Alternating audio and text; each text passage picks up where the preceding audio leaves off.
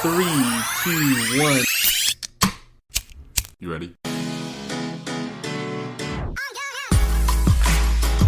Listening to the Real Pineapple Podcast Network.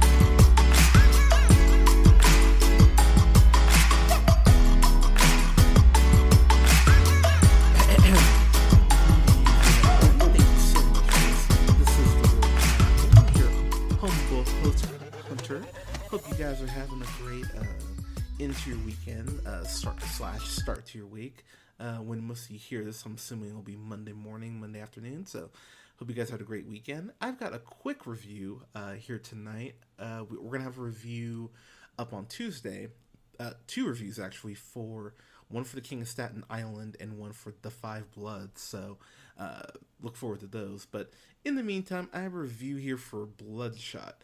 I keep wanting to call it Bloodsport, but that is a way better movie. This, of course, stars Vin Diesel as a Dom Toretto. Sorry, pardon me. He plays Ray Garrison, and let's just get this out of the way. This is every other Vin Diesel movie, not named Fast and Furious or having something to do with the Chronicles of Riddick. I mean, this is really what Vin Diesel does, when he's not playing the world's most adorable chia pet. He goes ahead and does, these random ass movies, whether it's, the last Witch Hunter, or it's, oh God, I'm trying to think of what else.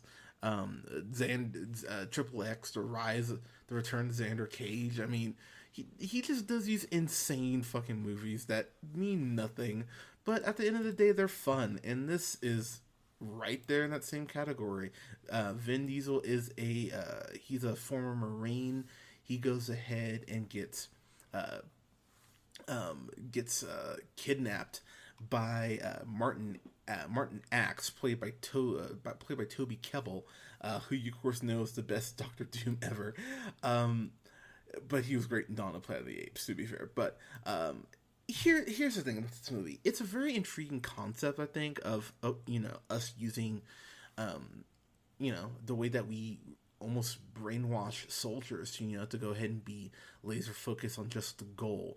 And if this movie had a better script, it could have been some actual interesting social commentary. Like it's right around the corner from it. It's a decent punch up away from kind of addressing that and making it maybe a little profound. I realize I might be giving the movie way too much credit, but it's right there, and the movie can't even do that. So Ray wakes up after seeing his wife killed in front of him and being shot point blank range in the head by Martin Axe. He wakes up and he's revived by Dr. Emil Harding, played by Guy Pearce. And Guy Pearce, I really like Guy Pearce. I know he's done some real bullshit, but I really like him. I liked him a lot in Mary Queen of Scots. I enjoyed him in, I think Results is actually a pretty damn good movie, and not enough people saw it. He's really good in that. I liked him as Aldrich Killian in Iron Man 3, and that is so apropos because he's playing a more over the top version of Adrian Killian in this movie, and it kind of works. He's not the most complex villain. I do appreciate the fact that they said that he got cancer. I want to say, yeah, it was cancer at 15, and so he goes ahead and just has like part of a metal arm, and I really thought that could have been an interesting way to play him a little more sympathetic and kind of talk about his struggle and why he found the program on that. They lightly touch on it and maybe like a throwaway line, but there's actually some potential there to make him feel like a deeper character, and they just couldn't seem to they couldn't be bothered to actually want to go ahead and do that, which is kind of a bummer, honestly, because I really do think this movie is a couple like a rewrite or two away from being a really maybe great piece of sci-fi. This really gave me Babylon AD vibes. Not Babylon AD. Wait, is that the movie Vin Diesel did? I think it's Babylon AD. That's the 90s movie. That's not right. Oh no, I was right. Babylon AD. Go me. Yes.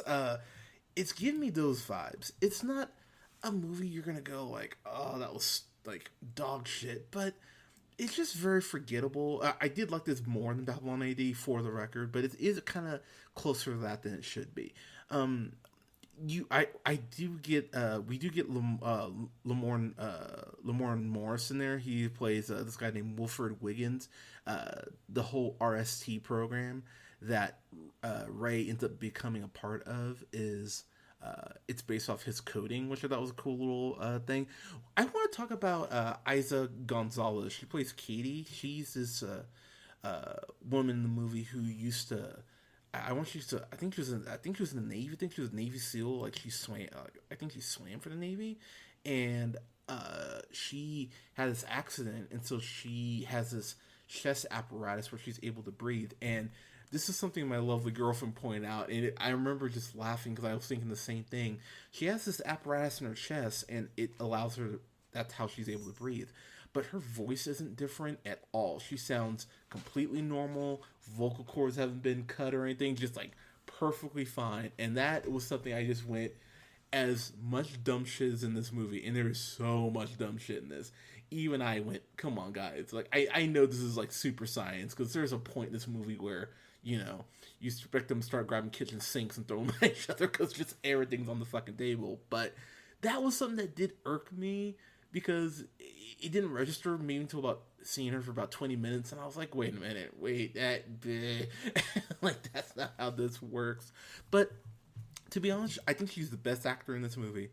Vin Diesel is playing Vin Diesel, really not stretching himself too much, or I mean, he's trying to be, you know, cool, and he talks like this, and it's all very slow and monotonous, but we're family. Like, you know, it's that same shit. But she's great in this because you actually get kind of an arc with her. Yeah, Ray's on the whole revenge warpath, but her arc about redemption and being a part of this program and really not wanting to be, but this thing that Emil Harding kind of holds over her, I went, you know, okay, I kind of like where this is. And again, it's a fucking punch up away from being like something that I'd really tell people to watch. As far as the action, there is points. I gotta be honest. There are points with the CG where it is bonkers. It is fucking. It's like a Sims game at points. I was like, what the fuck? Like, things just pop up. You find out that there's a twist with Ray's memory, which if you did not see that coming, then this is clearly your first movie. But when they reveal the twist, and I won't see who the villain is because I'll let you figure it out. But once the true villain's revealed, and how the process is, it's silly. Like, it is really silly. Like we whatever. Spoiler. If you don't want to hear spoiler, then I just turn off now, and I'll just say my grade now. You know. Never mind. No, if you need that to spoil. So basically, the movie, Emil Harding, he's the bad guy. Shocker. And he has been using this machine to project memories onto Ray Garrison. And the way the CG is done, they set it up, it's very far from homish. You know, it's very much setting the scene. And they're using these high-tech computers to go ahead and scan different things in the Ray's memory. And it's a little absurd. Like the way they explain it, and the incredible amount of efficiency they're able to go ahead and do with this. This is like Star Trek technology in this movie. It's a bit of an eye roll, but I don't know. Like, some of the CG did work for me. The action is actually pretty good. There's a scene where Ray is hunting Martin Axe in this like, not overpass, but in this like tunnel, and I really dug that scene. It's done kind of almost like Jurassic Park, but that scene with Velociraptors, the way he's picking off the henchmen in it. I actually really enjoyed that. You do get some different spots of the world. They go, like, London. I want to say they go to like Brazil. Like, you do get a little bit of a globe trotting film, because this is essentially a Hitman movie.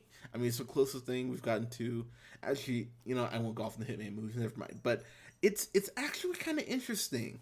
Um, Lamorne Morris, I know I mentioned him earlier, but he has this English accent, and it's a really dumb decision. Like, whoever said let him do an accent, I liked him in this. I mean, I love him from Drunk History and New Girl. I'm a huge fan of his, and A Game Night, of course. But it was just a very odd choice to have him have an accent, and it's really falling in and out, if I'm calling it what it is. I liked him. I liked his character, but it fades. Some scenes it's there, some scenes it's not fucking there at all, and you're just like, it's weird. But he was fun in this, and I don't know how well this film did as far as on VOD, because the whole pandemic. This has been this one of those release at home films. You can buy it now, actually. But I gotta be honest, after watching this, I went, you know what? I'd watch the sequel. Like, yeah, it's dumb, but they at least set the floor, and I'm kind of curious for where it goes. Again, because I just haven't read the comic. The writers on this movie, let's go through them. There's 3 of them. So Jeff Wadlow has a very not great screenwriting record. He was the screenwriter and director on that MMA movie Never Back Down, which I was not a fan of. He was a screenwriter and director on Kick-Ass 2, which is incredibly inferior to the original. He was an executive producer on Nonstop, which I actually like Nonstop. He was a director. He was a director and a screenwriter on Blumhouse's Truth or Dare, which I was not a fan of. And he's a producer and director on Fantasy Island, which I have not heard good things about. And then screenwriter for Bloodshot. Another screenwriter was Eric Hesserer. He went ahead and was a screenwriter and producer on Arrival. Holy crap. Okay. And he also did producer screenwriter on Lights Out. Really? Okay, that's... Oh, but he did a Nightmare on Elm Street remake in 2010. Okay, fair enough. Okay, well, that explains a bit. And then Bob Layton, this is his first, this is his debut. And, yeah, I there are parts where I did actually really like the script, but it is just kind of, it's very, TNT for guys who like movies. It is in that vein. The third act, the last, of course, big fight, is just, it's insane. It's so fucking absurd, but I had fun with this, guys, just to kind of wrap it up. I mean, God, if I'd seen this at a matinee, like early matinee, I think I'd be okay with it. This is something I'd probably have mimosas before I saw it, and I was definitely hitting my pen while watching this shit. But it's kind of fun in a weird way, in like a B movie way. It is kind of fun. Again, Isa Gonzalez, I give her so much credit. She's really become one of my favorite actresses. I mean, yes, she is fucking gorgeous. Oh my god. But I enjoyed her in Alita. I loved her in Baby Driver. I think she was amazing in that, and she's great in Hobbs and Shaw. So she's really become one of those people that I get excited to see. Again, sex joke aside, I really like her, and I think she's actually the strongest part of this film, or has the strongest arc. But yeah, I'm gonna give this a C plus. I think that's fair for this, because it's right there on the cusp of early matinee. See it, 10 o'clock in the morning.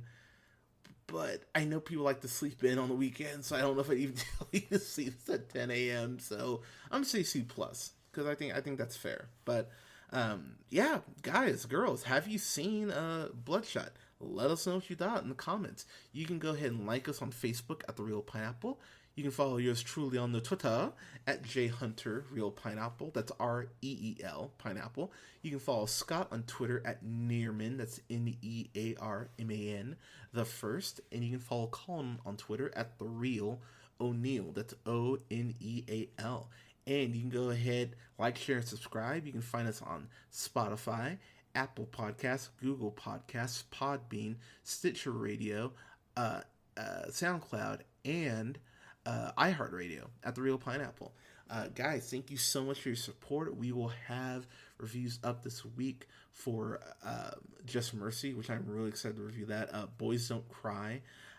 Finally getting around to that. Also, as I mentioned earlier, we're going to have reviews up for The Five Bloods and The King of Staten Island. I'm really excited to get these reviews up. I'm so excited. So excited. But Anna Scott will be back on this week. So the next review here, Scott will be back. But guys, thank you so much for your support. Again, hope you're having a great start to your week, and we'll talk to you guys soon. You take care.